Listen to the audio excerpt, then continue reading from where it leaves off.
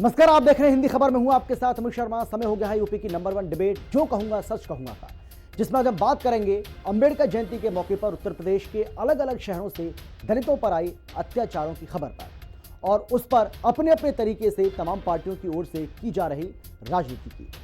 तमाम पार्टियों में इस बात की होड़ लगी रही कि सबसे बड़ा अंबेडकरवादी कौन है। जिस समय देश अंबेडकर जयंती के जश्न में डूबा हुआ था, ठीक उसी समय प्रयागराज में एक दलित युवक को गांव के ही 7 दबंगों ने जिंदा जलाकर मार डाला। एटा में एक दिनेश यादव नाम के युवक को पड़ोस में रहने वाले दलित को गोली मारकर घायल कर दिया गया, वो भी बुरी तरह से। उधर दलितों पर अत्याचार तो इधर ये खबर सामने आई कि कासगंज गैंगरेप में बीजेपी के एक स्थानीय नेता अखिलेश प्रताप को गिरफ्तार किया गया है। अब अखिलेश यादव और अजय राय प्रयागराज कासगंज की घटना पर तो फायर हैं, इसको लेकर जमकर आग बबूला है, लेकिन एटा पर बिल्कुल मौन है, खामोश हैं।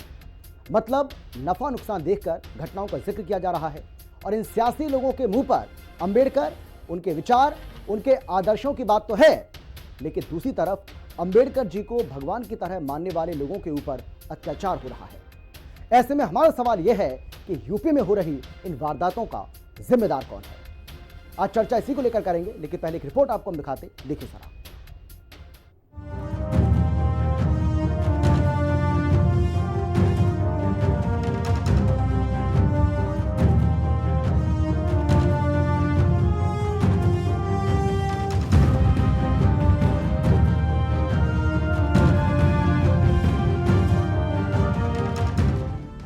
बीजेपी, सपा, कांग्रेस में लगी होड़, हितैषी कौन? प्रयागराज कासगंज पर अखिलेश फायर, एटा पर मौन। अंबेडकर जयंती का जश्न, दलितों पर अत्याचार। यूपी में हो रही वारदातों का कौन है जिम्मेदार? 14 अप्रैल को अंबेडकर जयंती के मौके पर तमाम पार्टियों में इस बात की होड़ लगी हुई थी कि सबसे बड़ा अंबेडकरवादी कौन है।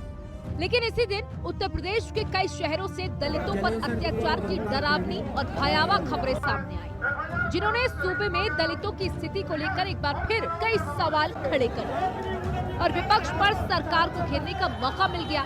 यानी जिस समय देश अंबेडकर जयंती के जश्न में डूबा हुआ था, ठीक उसी समय प्रयागराज में एक दलित युवक को गाँव के ही 7 दबंगों ने जिंदा जलाकर मार डाला। प्रयागराज हत्याकांड पर अखिलेश यादव ने जहां ट्वीट कर पूछा कि दबंगों के घर पर कब चलेगा बुलडोजर, तो वहीं कांग्रेस नेता अजय राय ने सरकार पर हमला बोलते हुए सीएम योगी से इस्तीफे की मांग तक कर डाली।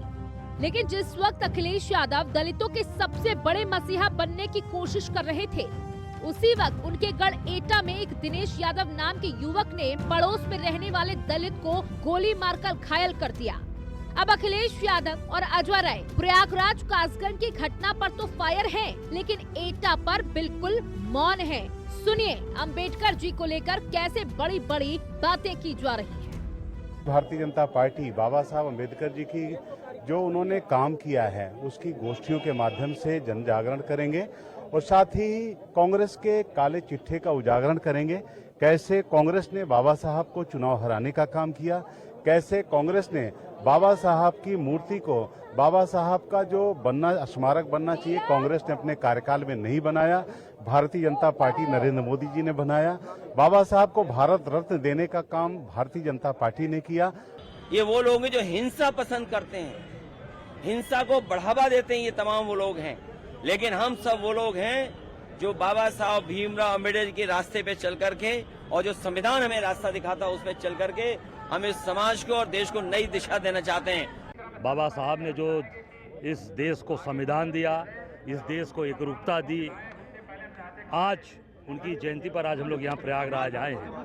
पर आज दुर्भाग्य है कि आज उतने बड़े महान व्यक्ति का जन्म दिवस है और एक दिन पूर्व इस प्रयागराज की धरती पर एक दलित को जिंदा जलाकर मार दिया जाता है। इस सरकार में जो कानून की बात करती है, जीरो टॉलरेंस की बात करती है, पूरी तरीके से कानून व्यवस्था ध्वस्त है, जंगल राज कायम है। भारतीय जनता पार्टी की नीयत पर सवाल है। दिखावा करते हैं दलितों से प्रेम का। बाबा साहब की जयंती पर खूब दिखावा बीजेपी के नेता और बीजेपी सरकार कर रही है, लेकिन दिन रात उत्तर प्रदेश में दलितों पर अत्याचार हो रहा है, सरेआम हत्याएं हो रही हैं। सरकार दलितों को संरक्षण दे रही है, और अत्याचार करने वाले भारतीय जनता पार्टी के नेता निकल रहे हैं, तो किसे क्या समझा जाए? इससे ये पता चलता है कि बीजेपी आरएसएस की ट्रेनिंग में दलितों के प्रति घृणा और नफरत की प्रशिक्षण दिया जाता है। उधर दलितों पर अत्याचार तो इधर खबर सामने आई कि कासगंज गैंगरेप में बीजेपी के एक स्थानीय नेता अखिलेश प्रताप को गिरफ्तार कर लिया गया। उस मामले में अखिलेश प्रताप समेत 8 लोगों की गिरफ्तारी हुई है। बताया ये भी जा रहा है कि अपने मंगेतर के साथ घूमने गई लड़की का गैंगरेप किया गया था। इस खबर को भी विपक्षी खूब भुनाने की कोशिश कर रहे हैं। मतलब सियासी लोगों के मुंह पर अंबेडकर, उनके विचार, उनके आदर्शों की बात, लेकिन दूसरी ओर अंबेडकर जी को भगवान की तरह मानने वाले लोगों के ऊपर अत्याचार। ऐसे में हमारा सवाल ये है कि यूपी में हो रही वारदातों का कौन है जिम्मेदार? सभी पार्टियों में दलितों का असली हितैषी बनने की होड़ तो लगी है, लेकिन सच में दलितों का भला चाहता कौन है? लखनऊ से राहुल श्रीवास्तव और विक्रम सिंह राठौर के साथ ब्यूरो रिपोर्ट, हिंदी खबर।